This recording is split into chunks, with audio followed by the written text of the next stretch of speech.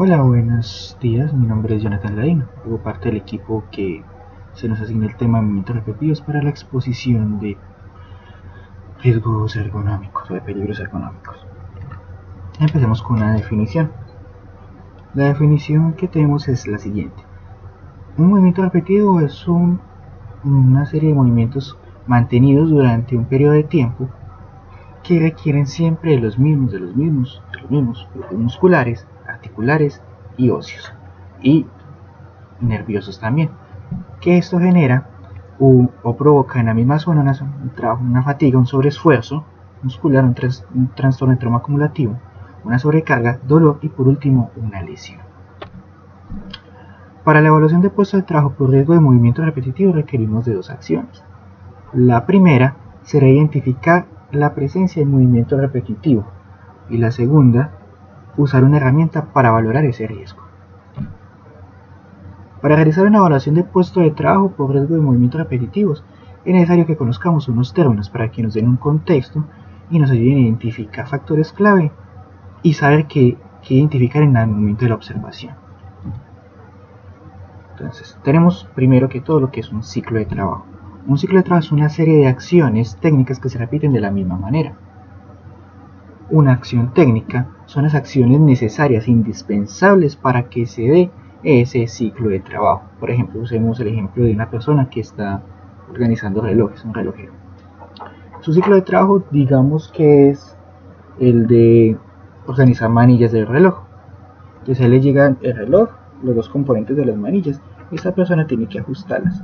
Entonces su ciclo de trabajo viene siendo las acciones que él hace, por ejemplo, de tomar en pinza las manillas, tomar en pinza el reloj, colocarlos, ponerlos en la posición en la que deben de ir y empezar a atornillar las manillas pues al reloj. Eso sería el ciclo de trabajo, y las acciones técnicas serían tomar, desplazar, mover, girar, etc.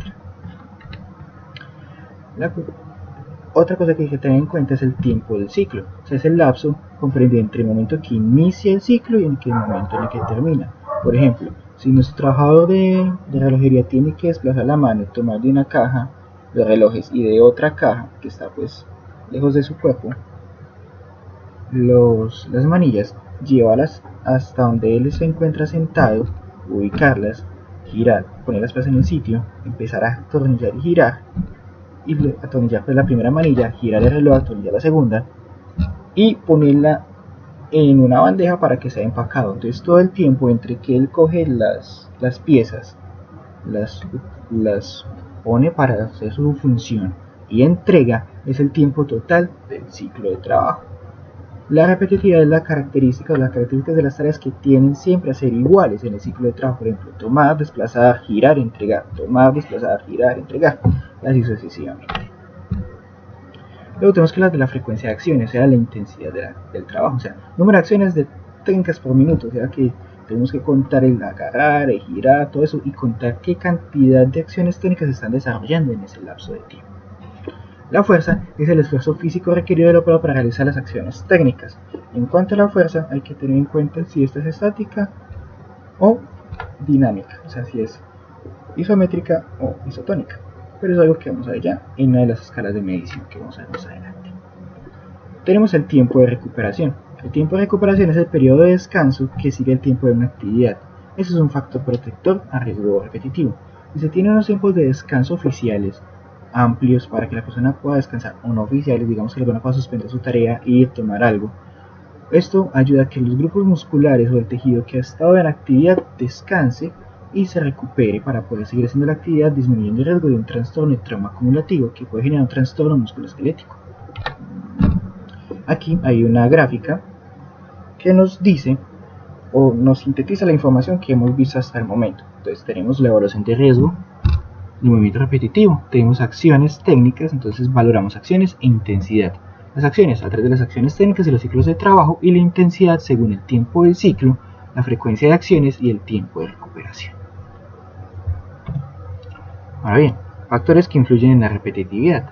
Entonces tenemos que según la norma española UNE EN 1005-5 se tienen en consideración otros factores adicionales en la evaluación de movimientos repetitivos, que son los siguientes: vibraciones de mano o brazo, golpes, compresión de localizada de estructuras anatómicas por herramientas, exposición al frío y empleo de guantes inadecuados. Estos factores aumentan los riesgos de trastornos musculoesqueléticos y aumentan la probabilidad pues, de sufrir lesiones. Para la valoración de riesgo de movimiento repetitivo se utilizan dos herramientas. Tenemos la Job Strain Index, que es el índice de tensión de trabajo, o la RULA, la Rapid Upper Limb Assessment, o evaluación rápida de la extremidad superior. Empecemos con la Job Strain Index. Entonces, esta fue desarrollada por Aaron Carr y Steve Moore y se basa en la observación y análisis de las tareas y equipos utilizados. La palabra clave en este momento sería análisis y observación. Esas dos palabras, serían claves. Este método basa mucho en la observación del prevencionista, del evaluador del puesto, y con eso genera unos datos. Entonces tenemos que este método está pensado para evaluación de actividades con riesgo de trastorno musculoesquelético en miembro superior distal, o sea, brazo, antebrazo y mano. Los valores son dados por factores cual y cuantitativos. Dados por la observación, esos se comportan luego en números, ¿sí? Y tiene en cuenta una serie de factores y el resultado es dado por la multiplicación de ellos. Vamos a ver cuáles son esos factores. Entonces tenemos criterios de evaluación de la Job Strain Index. Entonces tenemos intensidad del esfuerzo, la duración del esfuerzo, los esfuerzos por minuto, la postura mano-muñeca, la velocidad de trabajo y la duración de la tarea por día. La tabla 1, nos dice cuáles son los criterios de la clasificación del Strain Index. Entonces vamos a ver cada uno de los ítems. Intensidad del esfuerzo, duración del esfuerzo, esfuerzos de minuto, postura de mano-muñeca, ritmo de trabajo y duración diaria. A estos ítems, estos enunciados, son siempre comparados con la tabla que dice nivel, que va del 1 al 5. Entonces, como les estaba mencionando, son datos muy subjetivos, muy cualitativos y dependen de la observación. Entonces acá se puede ver que son más que todo, por ejemplo, ligero, algo intenso, en cuanto a intensidad del esfuerzo, postura mano-muñeca, buena, regular, mala. Entonces, es dependiendo de la observación del evaluador. Entonces vamos a explicar uno por uno cómo se mide y cómo se saca el puntaje del Strain Index. Entonces tenemos acá evaluación de la intensidad del esfuerzo. Entonces esta se hace a través, como les había mencionado, de la evaluación, de la observación del evaluador, y se genera de la siguiente manera. Se hace utilizando la columna de esfuerzo percibido y luego se lleva a la columna de criterio de clasificación. Ejemplo, entonces tenemos el ejemplo de la persona que está trabajando con relojería. Entonces, en cuanto a la intensidad del esfuerzo, o sea, fuerza física aplicada, digamos que la fuerza es apenas apreciable o esfuerzo relajado. O sea, no tiene que hacer mucha fuerza para meter los tornillitos que encajan las manillas del reloj. Por lo tanto, el criterio de evaluación sería un esfuerzo de tipo ligero. Entonces nos devolvemos a la tabla 1 y vemos intensidad del esfuerzo ligero. Eso corresponde a un nivel 1. Entonces, al tener un nivel 1 en el primer factor, ya seguiría reemplazándose así los valores sucesivamente. Así de la siguiente manera. Por ejemplo, tenemos la duración del esfuerzo, que se calcula el porcentaje mediante la duración de todos los esfuerzos durante segundos sobre el tiempo total de observación en segundos. ¿Listo? Esto es igual a nuestra duración del esfuerzo multiplicado por espacio. Entonces digamos que el esfuerzo que él tiene que hacer, por bajo que sea, es de un 50% del tiempo de trabajo. Entonces vamos a la evaluación acá del tiempo de duración del esfuerzo o porcentaje del ciclo de trabajo, y está entre 50 y 79%, o sea que tiene que hacer una fuercecita siempre bastante larga. Entonces digamos que son 50 y 79 y eso corresponde a un nivel 4 en el segundo valor.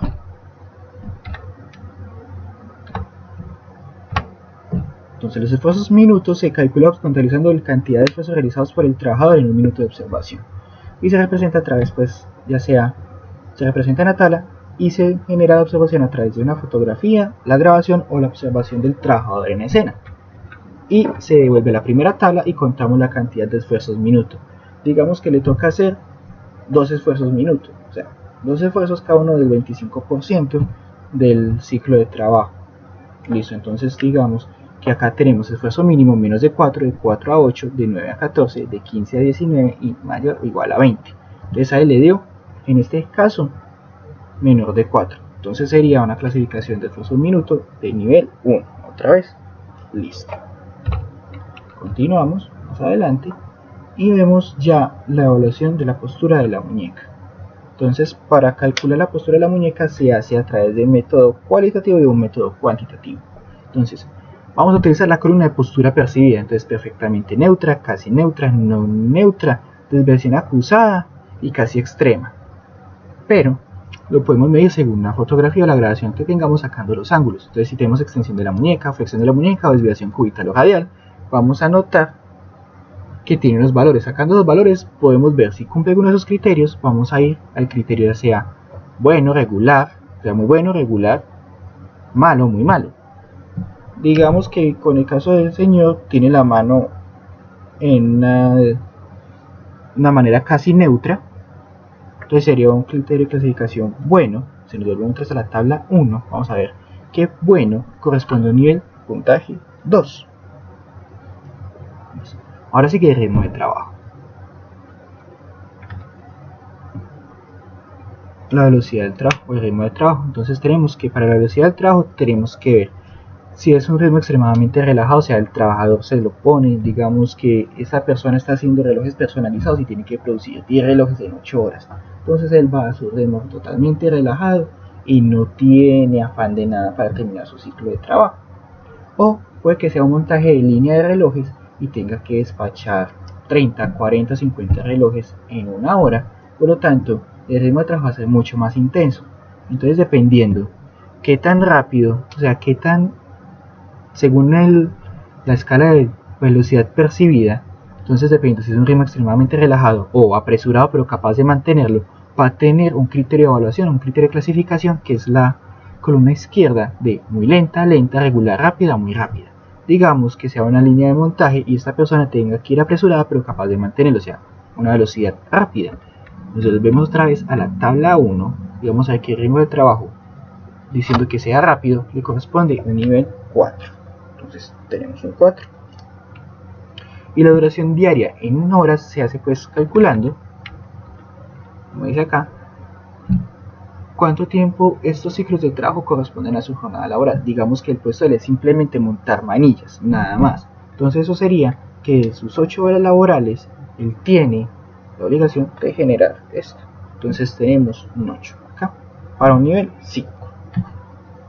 Recordemos, llevamos en intensidad del esfuerzo un 1, en duración del esfuerzo un 4, en esfuerzos minutos un 1, en postura muñeca un 2, en ritmo de trabajo un 4 y en duración hora diaria un puntaje nivel 5, o sea, los niveles. ¿Listo?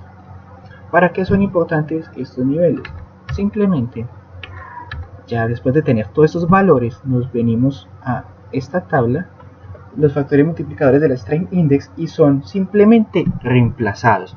Vamos a notar que siguen las mismas columnas, pero esta vez ya no tienen datos cualitativos sino cuantitativos, tienen números.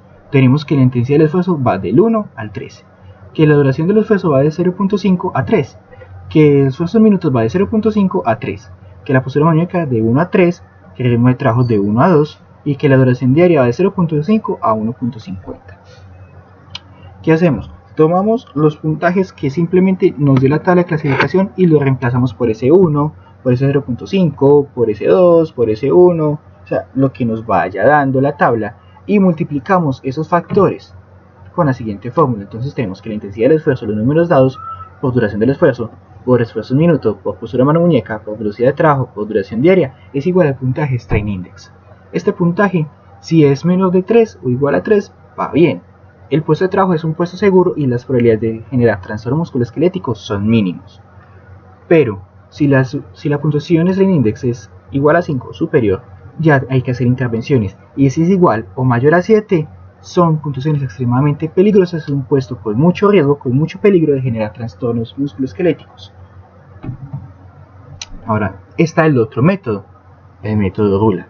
Este método fue creado en 1993 para evaluación de puestos de trabajo de manera individual y está más que todo asociado a miembros superiores. Ese utiliza diagramas, este es un método mucho más objetivo. Este mide ángulos y según los ángulos se hace una comparación. Entonces vamos a ver de qué se trata.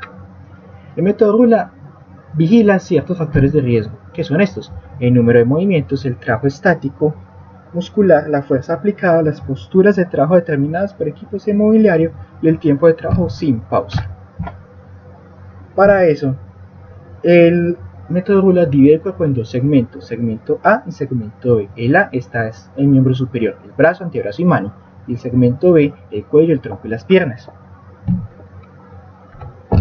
Entonces se hacen dos cálculos distintos y luego se hace pues la suma de esos factores para sacar el puntaje de Rula. Entonces, como se puede notar en esta presentación, vemos que el brazo tiene una puntuación de 1 a 4 dependiendo del ángulo, y unos añadidos que puede ser añadir un punto más si el hombro está levantado, añadir un punto más si el hombro está abducido, y restar un punto en el caso de que el peso del brazo esté apoyado o sostenido sobre alguna plataforma o escritorio. En el antebrazo tenemos puntajes del 1 al 2 y un añadido si la persona desvía del área de trabajo. Entonces, digamos, por ejemplo, la persona tiene que trabajar, en el caso de nuestros relojeros, sobre un escritorio y tienen los brazos en una flexión de 60 a 100. O sea, un riesgo 1, ¿cierto? Un puntaje 1, perdón.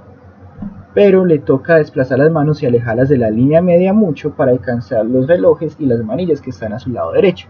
Entonces eso genera que él tenga que añadir un punto más. Entonces a ese 1 se le suma el punto de añadido por la extensión o alejar del punto medio del cuerpo y se convierte en un 2.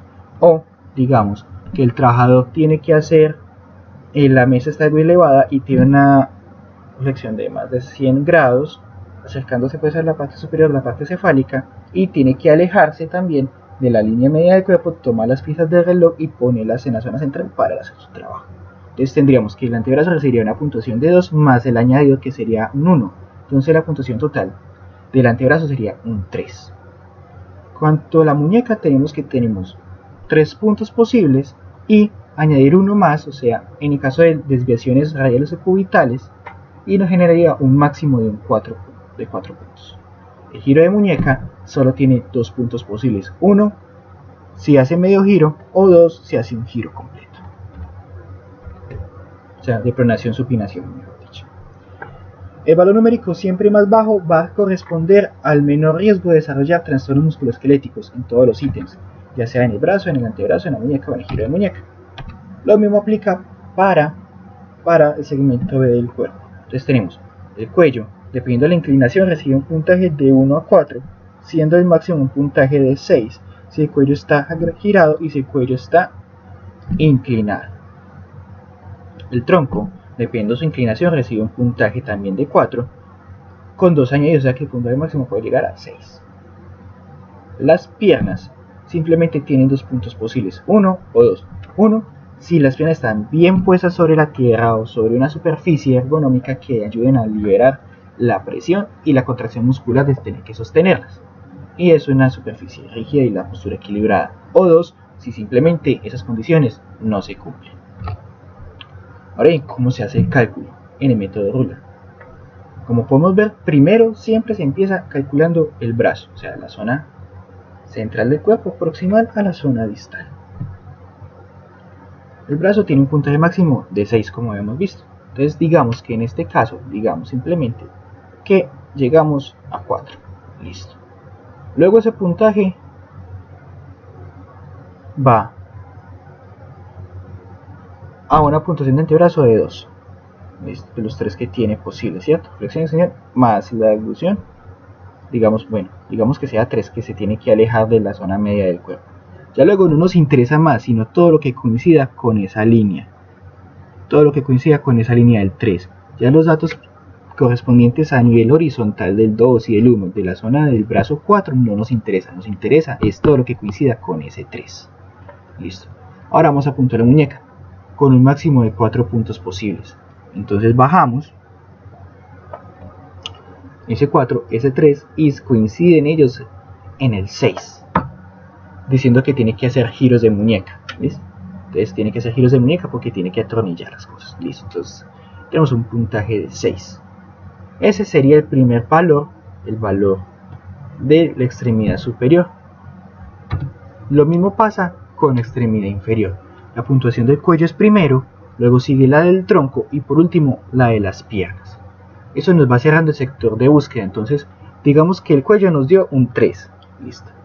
Digamos que el tronco nos dio un 4. Entonces esto es lo que coincide entre el 3 y el 4. Entonces nos queda un 5 o un 6. ¿De qué va a depender? Si las piernas tienen o no tienen una buena superficie de postura, digamos que no la tiene, entonces sería el valor definitivo, sería el 6. Ahora vamos a ver la puntuación por el uso muscular. Entonces tenemos sumar un punto si la posición es principalmente estática, o sea, una fuerza isométrica. Si quieren hacen el ejercicio en sus casas, tratan de sostener un objeto medianamente pesado con el brazo extendido durante un periodo de tiempo, póngale 30 segundos, un minuto. La contracción muscular necesaria para sostener el objeto es suficiente, pero a medida que va pasando el tiempo y la contracción muscular es sostenida, empieza a entrar en un proceso anaeróbico. Por lo tanto, la cantidad de energía y fuerza se empieza a decrecer, empieza a decaer y va a ser cada vez más pesado el objeto para nosotros. Entonces, si esa situación se presenta, hay que sumarle un punto, tanto a la puntuación A, o sea, de la zona del miembro superior, o a la puntuación B, de la zona del cuello, del tronco y de las piernas. O si hay que hacer un movimiento, el caso contrario, una contracción isotónica de los músculos, más de 4 veces en un minuto. Eso para calcular el uso muscular. Ahora para la puntuación de la fuerza, tenemos esta tabla. Debajo del del 0 al 3. 0 si no hay resistencia. Tenemos que en el caso del 3 hay varios criterios. Si se cumple alguno de esos criterios, el puntaje será 3, tanto para A, para B. Esta tabla corre para ambas partes del cuerpo. Luego todos esos puntajes se llevan acá. Puntaje A, puntaje B. ¿Qué nos interesa realmente? Ya vimos que la puntuación A se saca usando la tabla y que la puntuación B también se saca usando la tabla. Que el uso muscular pues se usa un valor que nos da la tabla, entonces colocamos el valor resultado de la tabla A, valor resultado de la tabla B, valor resultado del uso muscular y valor resultado de la fuerza. Todo eso se suma y nos genera la puntuación C, que es el ponderado total de la zona superior del cuerpo, o sea del brazo, antebrazo y muñeca, teniendo en cuenta uso muscular y fuerza requerida en el ciclo de trabajo, y la puntuación D, que es el ponderado, el resultado de todo lo que es ángulos de la zona del cuello, tronco y piernas, más el uso muscular, la fuerza necesaria para sostener la posición, más la fuerza. Eso nos da la puntuación D. Ahora bien, ¿qué se hace con esos dos valores? No hay que sumar, no hay que hacer nada, simplemente nos vamos a esta tabla. El resultado que nos haya dado en la evaluación de puesto de trabajo, en este caso simplemente digamos, que en la puntuación C nos dio un valor de 6. Y en la puntuación D, el ponderado total nos dio un 5. Entonces, si ese 6 y ese 5 coinciden, haciendo pues que coincidan con la columna con la fila, vamos a notar que en el punto en el que se encuentran ambos valores es un 6, ¿cierto? ¿Qué quiere decir eso? Bueno, que según el puntaje se usa estos 4 niveles de acción. En el caso que acabamos de plantear, la puntuación está entre 5 o 6, o sea, se precisan investigaciones y cambios a corto plazo, porque hay un riesgo elevado de generar un trastorno musculoesquelético. Si es un 1, equivale a puntaje 1 o 2 en la tabla. Si es un nivel de acción 2, entre 3 o 4, y si es el nivel 4, pues que sea de 7 o mayor a 7. Entonces, ya para finalizar, estos dos métodos están orientados a la evaluación de la persona en el puesto de trabajo. El método de Strength Index está más pensado para nada más contemplar la extremidad superior y el nivel de desgaste, o sea, la frecuencia, con qué cantidad de veces estamos haciendo. Porque si se notó bien, el índice de fatiga tiene los valores más altos. O sea, ellos se enfocan más en calcular fatiga, o sea, contracciones, mucha cantidad, mucha frecuencia. La rula es un método que está pensado para evaluar más generalizadamente el cuerpo del trabajador y tener en cuenta no solamente la extremidad superior, sino también las posturas asociadas a su cuello y su espalda. O sea, es un método mucho más genérico. Cada método es utilizado dependiendo del puesto de trabajo. Ahora bien, vamos a ver nuestras referencias para cerrar esto. Entonces, hemos utilizado la referencia de internet de la evaluación del riesgo por movimiento repetitivo mediante el checklist OCRA. Esto fue realizado en la Universidad Politécnica de Valencia en el año 2015. Utilizamos el manual de ergonomía aplicada a la prevención de riesgos laborales. El autor es el señor Lorca Rubio, en el capítulo 5 para ser más específicos. Y utilizamos la norma española UNE 1005-5 de tareas repetitivas 2. Evaluación de riesgo para extremidad superior del Ministerio de Empleo y Seguridad Social de España. Esa ha sido nuestra biografía.